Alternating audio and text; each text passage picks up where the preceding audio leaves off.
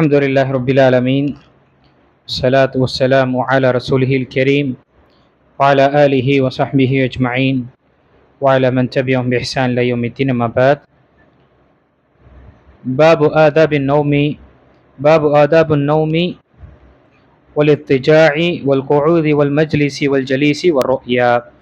عن البراء بن عازب رضي الله عنهما قال: كان رسول الله صلى الله عليه وسلم إذا آوى إلى فراشه نام على شقه الأيمن ثم قال: اللهم أسلمت نفسي إليك ووجهت وجهي إليك وفوضت أمري إليك والجأت ظهري إليك رغبة ورهبة إليك لا ملجأ ولا منجا منك إلا إليك آمنت بكتابك الذي أنزلت وبنبيك الذي أرسلت. رواه البخاري. கணியத்துக்குரிய அல்லாஹ் நடிகார்களே, இன்று நாம் பார்க்கக்கூடிய புதிய தலைப்பு 127 பாடம், தூக்கத்தின் ஒழுக்கங்கள். இதுவரை நாம நம்முடைய உணவு சம்பந்தப்பட்ட ஒழுக்கங்களும் அதே போல நம்முடைய உடை சம்பந்தப்பட்ட ஒழுக்கங்களை பற்றி பார்த்தோம். இப்பொழுது தூக்கத்துடைய ஒழுக்கங்களை நாம் பார்க்கலாம். கணியத்துக்குரிய அல்லாஹ் நடிகார்களே, தூக்கம் என்பது இது அல்லாஹுடைய மிகப்பெரிய ஒரு அருட்கொடைகளில் ஒன்று. அல்லாஹுடைய பிளெஸ்ஸிங்ஸில் ஒரு மிகப்பெரிய ஒரு பிளெஸ்ஸிங்ஸ். தூக்கம் ஒரு மனிதனுக்கு இல்லை என்றால் அவனால் இந்த உலகத்தில் சரியாக வாழ முடியாது. தூக்கத்திற்காக எதையெல்லாம் மனிதன் இழப்பதற்காக தயாராக இருக்கின்றான். எல்லா வசதி இருந்தும் அவனால் தூங்க முடியாது. அவன் தூக்க மாத்திரை போட்டாலும் தூங்க முடியாத நிலையெல்லாம் பார்க்கிறோம். இப்போ இங்கு முதல் விஷயம் நாம் புரிந்து கொள்ள வேண்டும், அல்லாஹு தஆலா இந்த தூக்கத்தை ஏற்படுத்தியது என்பது இது ஒரு அருட்கொடை. அதை அல்லாஹு தஆலா சூரத்து ரூம் உடைய 23வது வசனத்தில் கூறுகின்றான். ஒமின் ஆயாத்திஹி மனாமுக்கும் பில்லைலி, அவனுடைய அத்தாட்சிகளில் ஒன்றானது மனாமுக்கும் பில்லைல், உங்களுடைய தூக்கம் இரவில். அல்லாஹ் இரவில் தூக்கத்தை வைத்திருக்கின்றார். ஒன் நஹாரி, அதே போல பகல். இப்திகாஉக்கும் மின் ஃபத்லிஹி, அவனுடைய அருள் கொடைகளை தேடிக்கொள்வதும் அதை சம்பாதித்துக் கொள்வதும். அல்லாஹு தஆலா இரவை உறங்குவதற்காகவும் நம் ரெஸ்ட் எடுப்பதற்காகவும் அல்லாஹு தஆலா வைத்திருக்கின்றான். பகலை அல்லாஹு தஆலா மனிதன் அதில் உழைத்து தனக்கு தேவையான விஷயங்களை அவன் திரட்டிக் கொள்வதற்காக அல்லாஹு தஆலா வைத்திருக்கின்றான். இந்த சிஸ்டத்தை எவ்வளோ இந்த மனிதர்கள் மாற்றினாலும் இயற்கையாக வைக்கப்பட்ட விஷயம் அதுதான் நமக்கு ஒரு பயனுள்ளதாக இருக்கு. நம்ம நினைக்கிறோம் நைட் டியூட்டி எல்லாம் செஞ்சுட்டு காலையில ஃபுல்லா தூங்கிட்டோம் என்றால் அதோடைய பூர்த்தி ஆயிடும் என்று. ஆனால் கிடையாது. இரவுடைய 2-3 மணி நேரம் தூங்குவது ஹைராக இருக்கும். காலை 10 மணி நேரம் தூங்குவதை விட, அது என்னை விட இங்க ஐடியில இருக்கக்கூடியவர்களும் மற்றவர்களுக்கு அதிகமாக இந்த விஷயம் தெரிஞ்சிருக்கும். இப்போ அல்லாஹு தஆலா இரவை தூங்குவதற்காக உறங்குவதற்காக ஆக்கியிருக்கு. இது ஒரு மிகப்பெரிய ஒரு நியமத். அல்லாஹு தஆலா இதை ஏற்படுத்தியதற்காக அவன் காலையிலிருந்து மாலை வரை அவன் பட்ட அந்த களைப்பு, அவன் செய்த முயற்சிக்கெல்லாம் ஒரு ரெஸ்டுக்காகவும் வரக்கூடிய அடுத்த நாளுக்காக தயார் செய்வதற்காகவும் என்ன அல்லாஹு தஆலா இந்த தூக்கத்தை ஏற்படுத்தியிருக்கின்றான். காலையிலிருந்து மாலை வரை உழைத்து என்ன செய்யறான், களைப்பாயிடுறோம். ஏன்னா மனிதனுக்கு ரெஸ்ட் தேவை. எல்லா விஷயத்திற்கும் மெயின்டெனன்ஸ் என்ற விஷயம் இருக்கு. அதே போல மனிதனுடைய தேவையும் என்ன, அவனுக்கு ரெஸ்ட். அப்போ அவனுக்கு ரெஸ்ட் கிடைக்கும் பொழுது அவனுடைய உடலும் பாதுகாக்கப்படும். அடுத்த நாள் அவன் திரும்பவும் தன்னுடைய வேலையை செய்வதற்காக அது உறுதுணையாக இருக்கும். இது அல்லாஹு தஆலா அமைத்திருக்கின்றான். இப்போ இங்கு அல்லாஹ் ஒரு மனிதனுக்கு மிக அவசியமான ஒன்று இங்கு தூக்கமும். இப்போ இந்த மார்க்கம் இவ்வளவு எளிமையான மார்க்கம், எவ்வளவு தோதுவான மார்க்கம் என்றால் ஒரு மனிதனுக்கு என்னெல்லாம் அவனுக்கு தேவையாக இருக்குமோ எல்லா விதமான ஒழுக்கங்களையும் எல்லா விதமான எட்டிக்யூட்ஸையும் ஆதாபையும் இங்கு நமக்கு காண்பித்து தருகிறேன். யோசிச்சு பாருங்க, கழிவுறை ரெஸ்ட் ரூமை பயன்படுத்தக்கூடிய முறையையும் இந்த மார்க்கம் நமக்கு கற்றுத் தருகின்றது என்றால் யோசிச்சு பாருங்க, இந்த மனிதனுக்கு தோதுவாகவும் மிக ஹைராகவும் நலனை நமக்கு பெற்று தருவது என்பது இந்த இஸ்லாமிய மார்க்கம் தான். இது மட்டும்தான், வேறு எந்த ஒரு மார்க்கத்திலோ மதத்திலோ சித்தாந்தத்திலோ கோட்பாட்டிலோ கொள்கையிலோ இருக்காது. இப்போ இங்கு நாம இந்த உறக்கக்கூடிய இங்க தூங்கக்கூடிய விஷயத்தையும் நாம் மார்க்கம் சொன்ன பிரகாரம் செய்தோம் என்றால் அது வணக்க வழிபாடாக ஆகும். தூங்குவது என்பது அவசியமானது. மனிதன் தூங்காவிட்டால் அவனால திரும்பவும் அடுத்த நாள் அவனால சரியான வேலை செய்ய முடியாது. அவன் மட்டுமல்ல, அவனை சுற்றி இருக்கக்கூடியவர்களுக்கும் என்ன சிரமம் ஏற்படும்.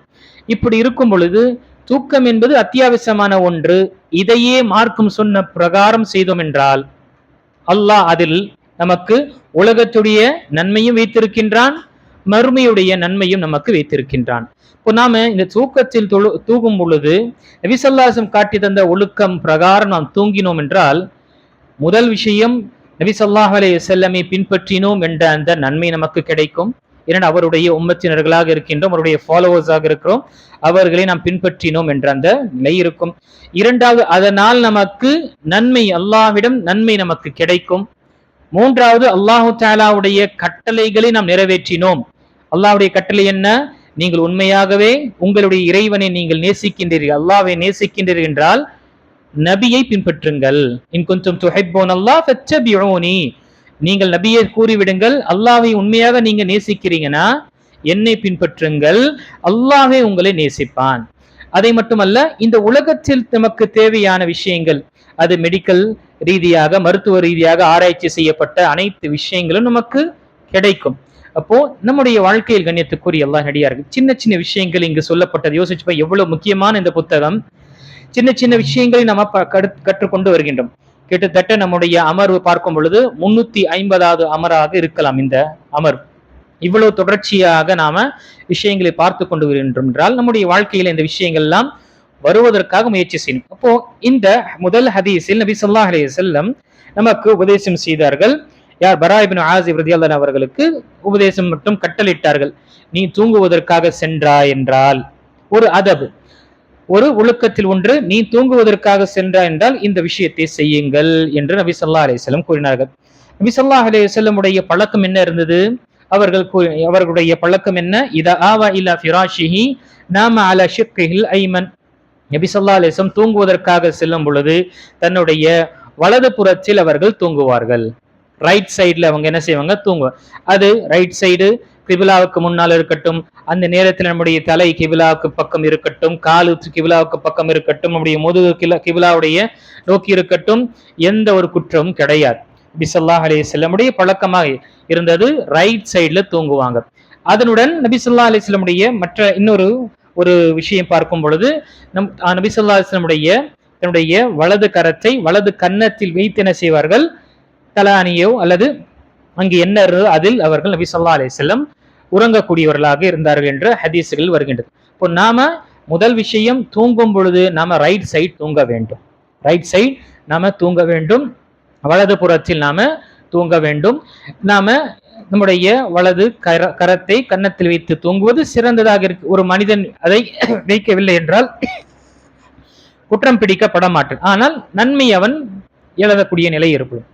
மருத்துவ ரீதியாக நாம் பார்க்கும் பொழுது ஒரு மனிதன் இடதுபுறமாக அதிகமாக தூங்கும், அந்த புறத்திலே தூங்கும் பொழுது அவனுடைய இதயத்தில் அழுத்தம் ஏற்படும். அதனால சில நேரத்தில் அவருக்கு அந்த இதய அழுத்தமோ அல்லது ஏதோ ஒரு சிரமத்தை ஏற்படலாம். அல்லாஹ் அறியக்கூடியவனாக இருக்கிறான். ஆனால் நாம் மார்க்க நமக்கு கற்று தந்திருக்கின்றது வலது புறத்தை தூங்க வேண்டும். நாம தூங்கும் பொழுது இதை நாம் பேண வேண்டும். இது முதல் விஷயம். இந்த நபி ஸல்லல்லாஹு அலைஹி வஸல்லம் தூங்கும் பொழுது இந்த கடைசியாக நிறைய அல்லாஹு தஆலாவை நினைவுபடுத்தக்கூடிய சில துஆக்களை ஓதுவார்கள். அதில் ஒரு துஆ, அல்லாஹும்ம அஸ்லம்து நஃப்ஸி இலைக் வவஜ்ஜஹது வஜ்ஹி இலைக் வஃவத்து அம்ரி இலைக் வல்ஜஅது ظهري இலைக் ரக்பத்தன் வரஹபத்தன் இலைக் லா மல்ஜா வலா மன்ஜா இல்லா இலைக் ஆமன்து பில்லதி ஆமன்து பிகிதாபிக அல்லதி அன்ஸல்த் வ பிநபியிக அல்லதி அர்ஸல்த் என்று நபி ஸல்லல்லாஹு அலைஹி வஸல்லம் இதே துஆ ஓதுவார். என்ன அர்த்தம்? இதனுடைய பொருள் என்ன? என் இறைவனே, என்னை உன்னிடம் ஒப்படைக்கிறேன், என் முகத்தை உன் பக்கமே முன்னோக்கிறேன், என் காரியத்தை உன்னிடமே ஒப்படைக்கிறேன், என் முதுகை உன் பக்கமே தூங்கச் செய்கிறேன், உன் பக்கமே ஒதுங்கச் செய்கிறேன், உன்னை ஆதரவு வைத்தவனாக அஞ்சியவனாக இவ்வாறு செய்தேன், உன்னிடமே தவிர எனக்கு எந்த ஒதுங்குமிடமோ பாதுகாப்போ கிடையாது, நீ இறக்கி அருளிய உன் வேதத்தையும் நீ அனுப்பிய உன் நபியையும் நான் ஈமான் கொண்டேன். ஒரு மனிதன் தூங்குகின்றான் என்றால் அவனுக்கு ஒரு சிறிய ஒரு மரணம் தான், ஒரு மரணம் தான். தூங்கும் பொழுது நமக்கு தெரியும் நம்ம எப்போ தூங்குறோம், எழுந்துக்கும் பொழுது நமக்கு தெரியாது நம்ம எப்பொழுது எழுந்துப்போம். அப்போ இது என்ன? ஒரு சின்ன ஒரு சிறு மரணம் போலதான் அல்லாஹு தாலா தன்னுடைய திருமறையில் கூறுகின்றான். ஒரு மனிதன் தூங்கும் பொழுது அவனை நாம் மௌத்து கொடுக்கின்றோம், மரணத்தை கொடுக்கின்றோம். சிலருக்கு என்ன செய்கின்றோம், திரும்பவும் வாய்ப்பை கொடுக்கின்றோம், அவன் பகலில் எழுந்து அவனுடைய வாழ்க்கையை சீர்படுத்திக் கொள்வதற்காக. இப்படி என்று ஒவ்வொரு நாளும் அவகாசம் கொடுக்கப்பட்டு கொண்டே இருக்கும். ஒரு நாள் அந்த அவகாசத்துடைய அந்த தேதியோ அல்லது அந்த நேரம் முடிவடைந்து விடும். பிறகு மனிதனால் எழுந்திருக்க முடியாது, அவனை கொண்டு சென்று நல்லடக்கம் செய்யக்கூடிய நிலைதான் ஏற்படுகின்றது. ஆக நம்முடைய வாழ்க்கையில் இந்த துஆ அல்ஹம்துலில்லாஹ், கணித்துக்குரிய அல்லாஹ் நடிகர் நம்முடைய அறிஞர்கள் அல்ஹம்துலில்லாஹ் அந்த காலத்தில் எவ்வளவு முயற்சிகள் எவ்வளவு தியாகங்கள் செய்து சிறிய சிறிய புத்தகங்களாக வடிவமைத்து இருக்கிறாங்க.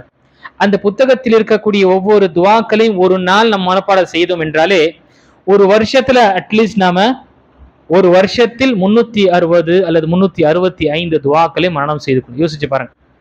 நம்ம எவ்வளவு நேரம் தொழுகைக்காக வரும். இந்த தொழுகைக்கு பிறகு ஓதப்படக்கூடிய இந்த துவா இங்கு நம்ம மாட்டப்பட்டிருக்கோம் பள்ளிகள். இதே மாதிரி நிறைய பள்ளி வாசல்களை நம்ம பார்ப்போம். அதை பார்த்து ஒவ்வொரு நாளும் ஒரு துவாவை மனப்பாடம் செய்து கொண்டு சலாமுக்கு பிறகு உட்கார்ந்த இடத்திலே அந்த அந்த அமர்ந்த இடத்திலே நாம இந்த அத்காரை செய்யும் பொழுது அதை உணர்ந்து அதனுடைய அர்த்தத்தை புரிந்து செய்யும் பொழுது சுப்ஹான் அல்லாஹ் நமக்கு தனிப்பட்ட ஒரு அமைதியும் தனிப்பட்ட ஒரு பாதுகாப்பும் அல்லாஹ்வுடைய தரப்பிலிருந்து நமக்கு வரும். மனிதனுக்கு எது தேவையோ படைத்த ரப்புக்கு தெரியும், அதை அமைத்திருக்கின்றான். நம்முடைய வாழ்க்கையில இதை கொண்டு வருவதற்காக முயற்சி செய்ய வேண்டும். இப்போ முதல் ஒரு ஆதாபை நாம் பார்த்தோம். நபி ஸல்லல்லாஹு அலைஹி வஸல்லமுடைய ஆதாபில் ஒன்று, அவர்கள் தூங்க செல்லும் பொழுது வலது புறத்தில் தூங்குவார்கள். அதே போல இந்த துஆவை ஓதுவார்கள். முடிந்த வரைக்கும் நாம் என்ன செய்யணும், அரபியுடைய துஆவை மனப்பாடம் செய்வதற்காக முயற்சி செய்யணும். அல்ஹம்துலில்லாஹ் நம்முடைய பள்ளி வாசல்ல நம்முடைய ஃபஜருக்கு பிறகு ஒவ்வொரு நாளும் ஒவ்வொரு விஷயங்கள் இங்க மனப்பாடம் செய்யப்படுகின்றது. பெரியோர்களும் இருக்கிறாங்க, சிறியவர்களும் இருக்கிறாங்க. அந்த மாதிரி விஷயத்தில் நம்ம துவா மனப்பாடம் செய்யணும்.